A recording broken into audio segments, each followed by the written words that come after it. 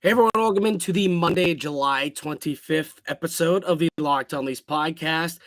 Man, my voice is hoarse, David. I had a rough weekend, and as I was celebrating my soon-to-be brother-in-law's bachelor party, I looked down at my phone, and I see Matthew Tkachuk en route to Florida, and a couple minutes later, the return comes through, and I'm like, what? I was that meme.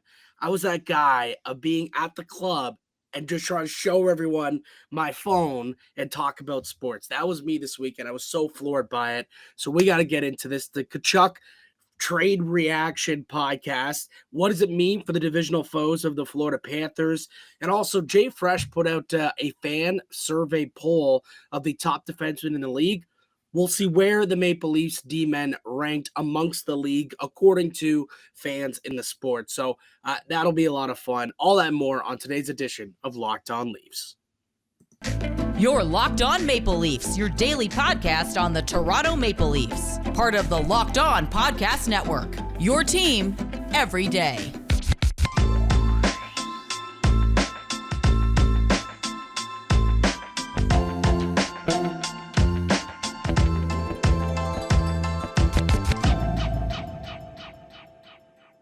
Hello and welcome to the Locked On Leafs podcast, one-stop shop for all things Leafs. I'm your host, Mike DiStefano from TSN 1050 Toronto Radio, also known as Al's brother on TSN's Overdrive and TSN 1050's Leafs Lunch.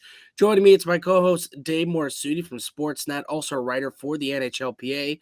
Locked On Leafs is a daily Maple Leaf-centric podcast, so be sure to subscribe for free wherever you get your podcast from. You can also now catch us up on video on YouTube. Just search up Locked On Leafs on YouTube. I'm going to gut through today, Dave. I'm going to gut through today. As you could tell, I'm barely holding it together with my voice. There's a lot of partying over the weekend, and I'm just barely holding it together. But we got to talk about this Matt Tkachuk stuff, all right? Because like I said, I literally was like just partying my face off in the club, having a good time with all my friends. And I looked down at my phone, and boom. Sounds like Tkachuk is going to Florida. And I'm like, wow, I wonder what could be coming back. When I see Jonathan Huberdeau, MacKenzie, Weegar, and a first-round pick as the return, I was floored, to say the least. Like, the fact, like, it blows anything Toronto could have gave them out of the water. That's first and foremost. And second of all, to still go out and get yourself, like, swap out Tkachuk for a 100-point winger, and then also add a legitimate top four defenseman and a first-round pick and a prospect, Cole Schwindt, is a masterful job from Brad Treliving, who really, like, had little leverage because he knew Matt Tkachuk wanted out, and everyone knew he wanted out, and still was able to get a lot of good value for Tkachuk. I understand that Huberdeau only has 1 year left on his deal, as is MacKenzie Weegar. So it is a bit of a gamble in the same way that Matt Tkachuk would have been a gamble to go into this season with. But you could flip those and get even more assets and bigger assets if they do not want to return to Calgary in the way that Matt Tkachuk did. We'll see. They're Canadian, so that does bode a little bit better, I suppose, that they won't have that that want to go down south potentially. But either way, I thought that Treliving maybe did as good as anyone thought, probably even better than anyone thought that he could get as a return for Matt Tkachuk in Calgary. Yeah, no, I think considering all the talk about, how Calgary was in a very tough position with the Tkachuk stuff, considering what happened with Gaudreau, and he wants out. So how much is a team willing to just go, yeah, we'll wait it out. We'll just wait for Tkachuk to play his 1 year if he does a qualifying offer, which could have been still a possibility, reach free agency, and then we'll take our shot there. But with Florida, Calgary pretty much told Florida, we'll work out the contract for you. And I think this is where I think Calgary was fortunate. And if you hear Matthew Tkachuk kind of talk about his desire to get out of Florida, he didn't want to just leave Florida high and dry. He basically said, I'll sign the extension for you and you find the best trade. Because that's essentially what happened. It was a sign and trade. Yep. So then Calgary can at least go to a team and say, look, this is the contract. This is what he wants. Take what's your best offer, right? And I think it was good that Tkachuk was willing to give Calgary that at least, and to get a guy who was second in the league in points, or up there in points. He was among the Hart Trophy candidates. You get a top 4 defenseman who Treliving believes will be potentially top pairing minutes type of guy, MacKenzie Weegar. Was with Ekblad this year. Yeah, exactly. And you get another, you get a prospect who, I think I read a scouting report that said he could be at worst third line center in the NHL, plus the conditional first round pick, which the condition is a lottery. Which lottery protected. I don't see Florida as a lottery team if you got Matthew Tkachuk in the fold for the next 8 years. Yeah, probably not. So you get a first round pick out of it too, and you see what Florida gave up, and you see what Calgary got back. It was so startling, and then you also see that I think what was it? Only $1 million of Tkachuk's contract is actually salary, and the rest is signing bonuses. Yeah, Florida paid big time. They did. This deal. They did. They wanted him. They wanted him bad. Yeah, pretty much. Barry Zito was just like, all the cards were out there. He wasn't hiding anything. He was not bluff. He basically said, "What's it gonna take? We're gonna get this done." Like check, fill it in yourself. Exactly. Essentially is what happened, and I still can't believe that that they were able to do that, and they just gave up so much. Oh, but now you look at it, is Florida a better team by making this trade? I know that a lot of people thought they got pushed around a little bit in the playoffs, and Huberdeau maybe didn't play with that playoff physicality that you need, that Tkachuk will bring you. But MacKenzie Weegar is like a playoff caliber defenseman, I guess.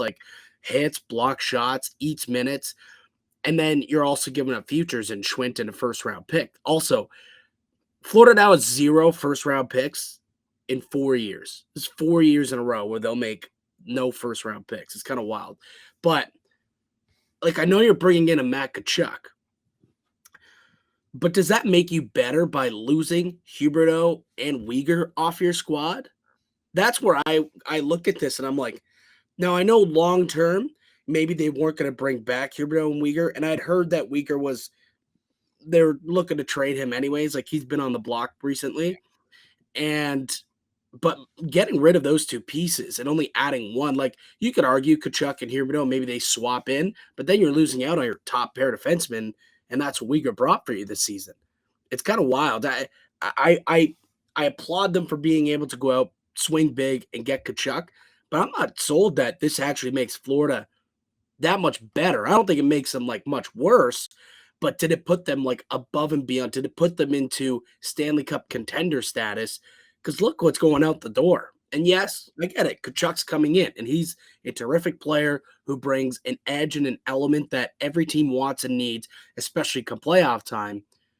But it gave up a lot to do it.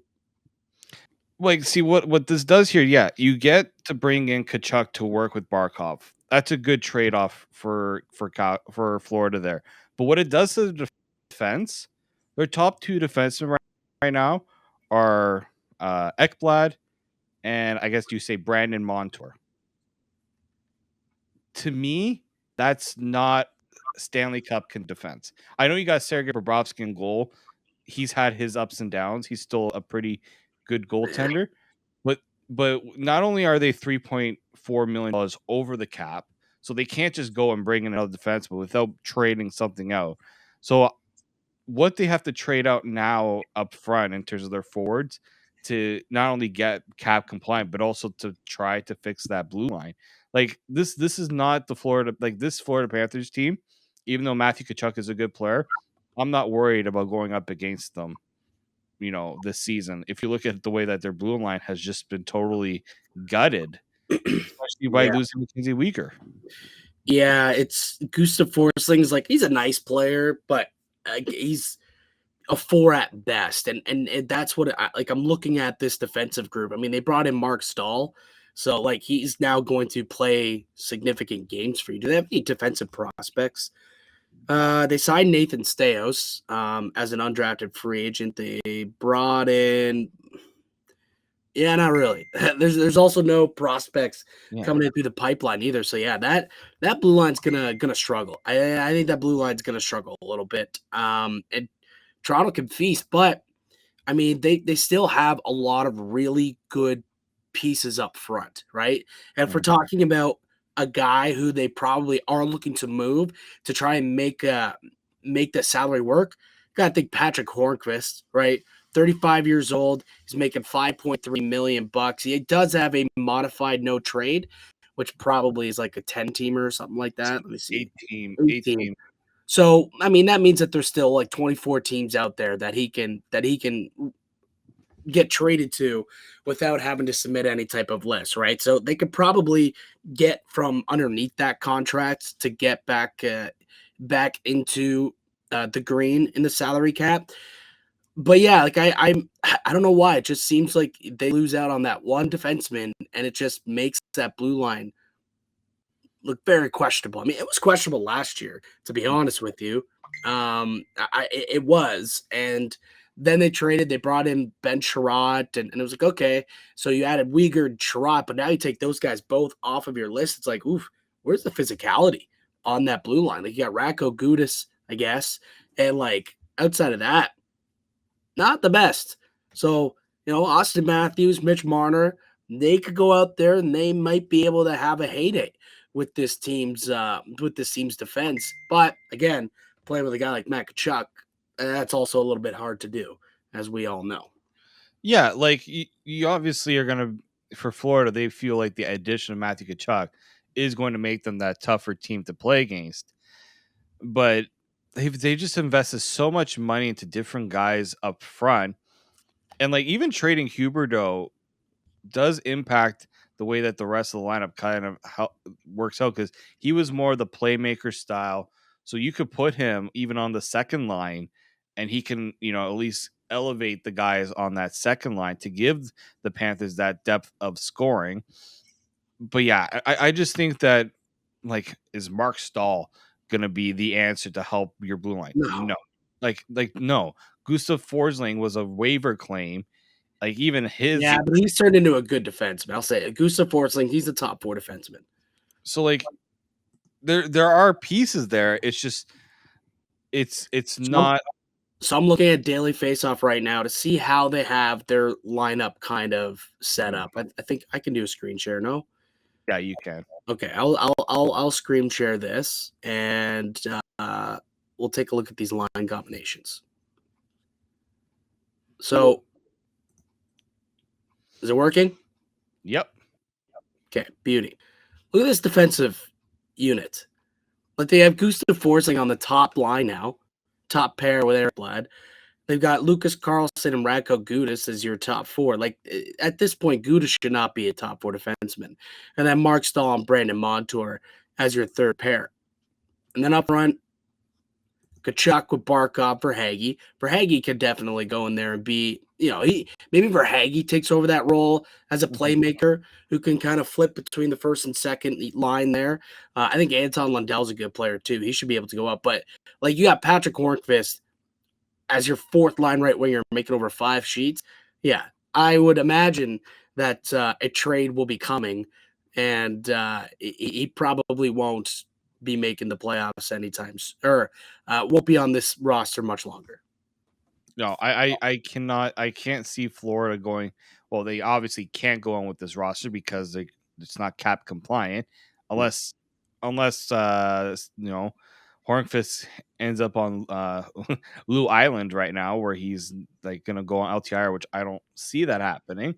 So, and if you listen to other, we've heard that it's hard to take money right now. Teams are not willing to take on salary, so it's not going to be easy for Florida to just go ahead and try to trade a Patrick Hornqvist either. Yeah, and they don't have first round picks to move those either. So it makes it even more increasingly difficult to make that type of move. But we'll see what happens with the Florida Panthers. I'm kind of excited now for a little Florida v. Toronto action, and we'll see how the Panthers can do. But something that I also am excited about is we could see Brodie and Matthew Tkachuk play multiple times a season as they're now in the same division with Ottawa and Florida. Before we get into this article or this survey from Jay Fresh ranking all the defensemen in the NHL, Dave, why don't we hear from one of today's show sponsors, Bet Online? Yep, betonline.net is the fastest and easiest way. Check in on all your betting needs. Find all your favorite sports and events at the #1 online source for odds, lines, and games. Find reviews and news of every league, including Major League Baseball, the NFL, NBA, NHL, combat sports, esports, and even golf. BetOnline continues to be the top online resource for all your sports wagering information. From live in-game betting, scores, and podcasts, they have you covered. Head to BetOnline today and use your mobile device to learn more about the action happening today. BetOnline, it's where the game starts. Welcome back into the Locked On Leafs podcast. I'm Mike DiStefano with David Morassutti. We're hosts here at Locked On Leafs. So Jay Fresh, who's a fantastic Twitter follow, if you don't follow him online, but big analytics guy, creates those hero cards and everything. And he put out a rankings survey to all of his fans. I think he has a Patreon that you can use as well. And basically said, we want to see how you rank these defensemen. And the qualification of it was like they had to play at least average 18 minutes a game this year. I think was like the lone qualification. So they weren't talking about, random bozos out there, but everybody who played at least 18 minutes a game or higher this season. So let's go through where the Leafs land on this list, Dave. Well, I guess we can go through like the top few first. But Cale Makar obviously was ranked #1 coming off the season he had. Didn't surprise me at all. Victor Hedman coming in at #2, tied with Roman Josi. So those guys, 1, 2, 3, makes a heck of a lot of sense that those were the three guys who ended up becoming kind of top 3 players. Mo Seider coming in at #9, the rookie who ended up stealing, I should add, the Calder from Michael Bunting, comes in at #9, along with Quinn Hughes coming in at #10. That was kind of wild to see those two young cats already be looked upon as top 10 guys in the NHL. Bowen Byram also coming in at 30th. So a lot of love and hype for Bo Byram as well. Sure. Keep scrolling. Here we get to our first Maple Leaf. Morgan Rielly coming in at number 18. So 18th best defenseman in the NHL, according to this fan survey results. That's a little generous for me because I'm looking at the guy like John Carlson or Morgan Rielly. John Carlson is more of the offensive upside defenseman. Like I could see where you're thinking of, like, is John, and even Shea Theodore. I think he's a pretty underrated defenseman to me, and I feel like he should be higher on that list. Jared Spurgeon is incredibly an underrated defenseman to me as well. But Morgan Rielly comes in at 18th in on this list, I suppose. And there's not another Maple Leaf for a while, actually. So like Morgan Rielly comes in at 18th, and then you have to go all the way to the 50s before you get to your next best defenseman for the Maple Leafs, and that's TJ Brodie in there at 56. Right behind. See, again, I'm curious. TJ Brodie comes in at 56 with like Keandre Miller, Evan Bouchard ahead of him, which surprised me a little bit because I thought Brodie's a very underrated defenseman. He's certainly, to me, a top 50 defenseman in the NHL. Like, I would have him over a lot of people. He certainly, like, TJ Brodie had a better year than Erik Karlsson this season.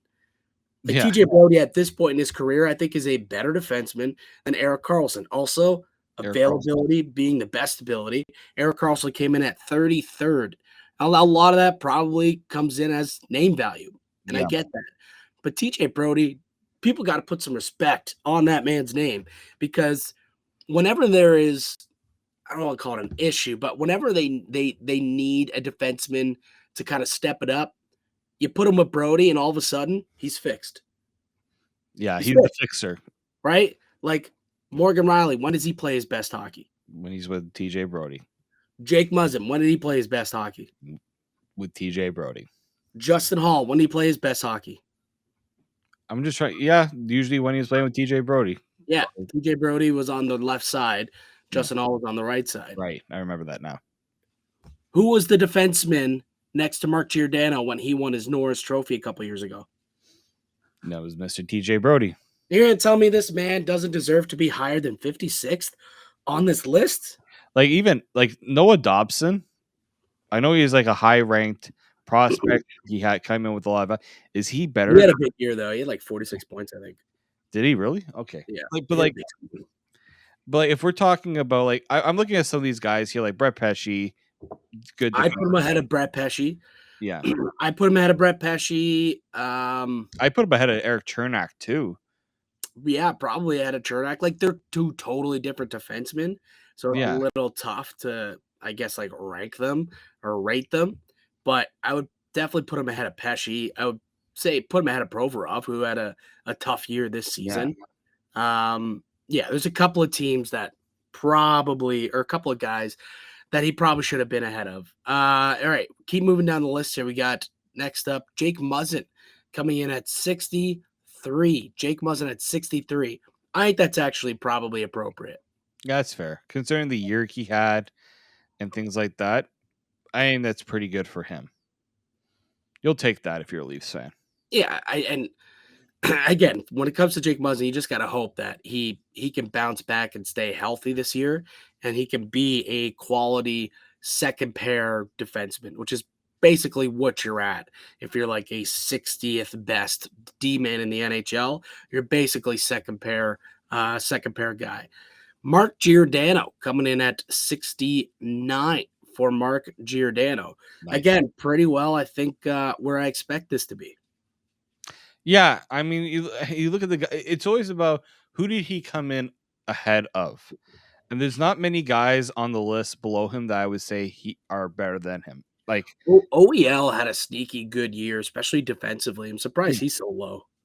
Yeah, I just think people are lower on him because his contract, right? What the Canucks gave up to in that, well, didn't really go too much in that trade. Yeah, but that shouldn't. That really trade matter. worked out for them, I think, but it's just that shouldn't matter in a rankings like this, though. No, well, it's when it's a fan rankings, like a player's popularity also contract plays a lot into it. I think that's fair. But yeah, no, I think like Ekman Larsson probably could have been a little bit higher on the list. But I think that's a good for considering now what the Leafs are paying Mark Giordano. To see him where he is on the list, that's pretty good.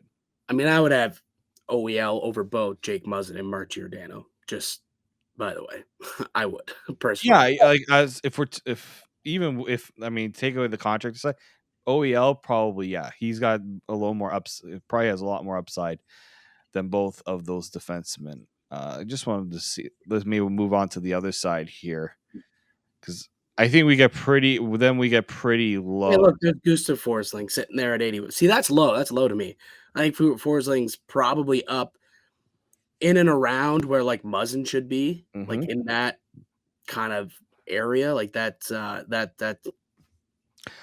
also a little surprised that Dante Fabro is this low too.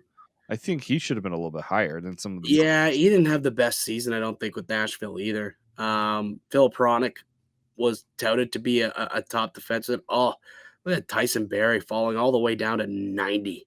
Oof. Sean Durzi, former Maple Leaf, coming in at number 92. Alex Romanov, who was just given up for a first-round pick, was at 94. Yeah, your boy Connor Murphy, 95. Yeah, I'll take a Connor Murphy on Toronto. I don't think it's going to happen anymore, but I'll take it. Ben Sherrod just got paid a boatload of money to go to Detroit. Comes in at number 97. Zach Whitecloud's actually a low-key underrated defenseman too. I like Zach Whitecloud a lot. I think this year will have a big season.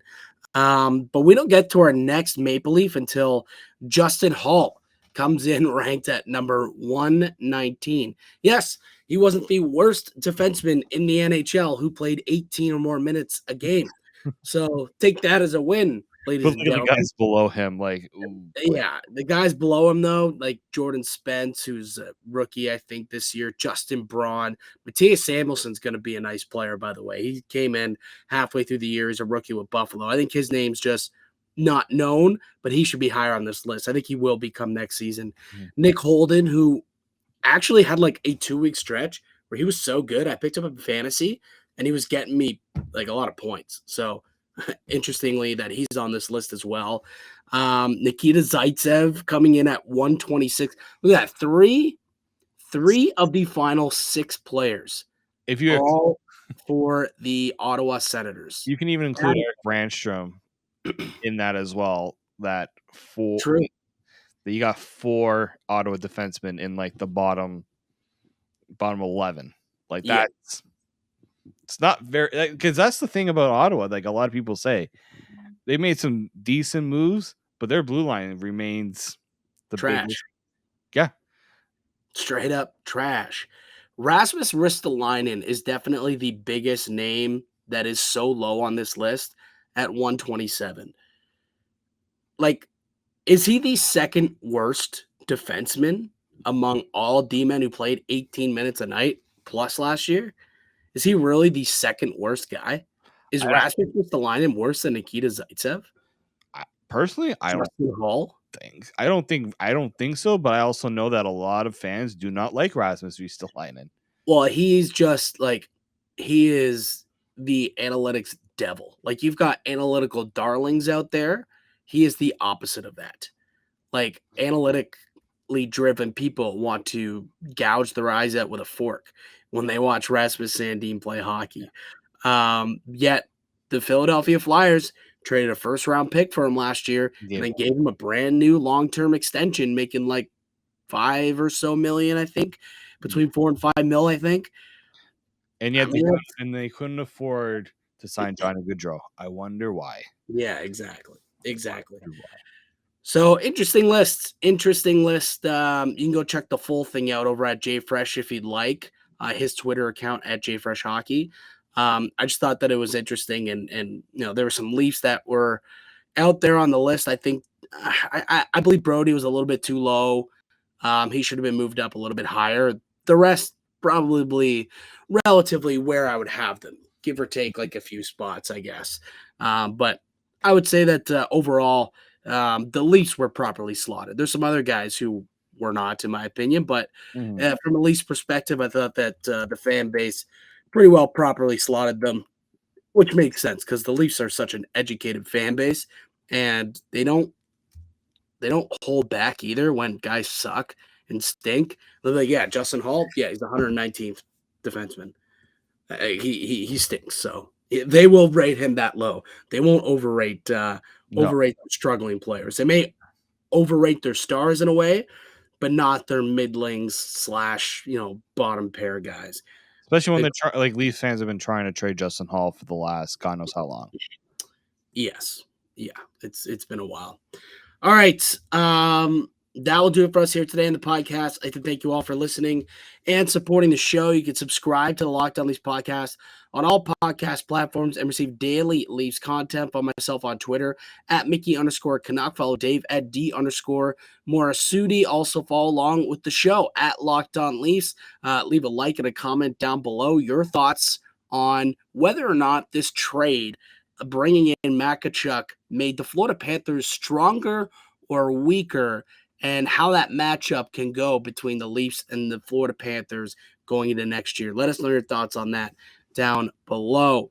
We'll be back with another episode for you guys on Wednesday. But until then, keep it locked right here on Locked On Leafs.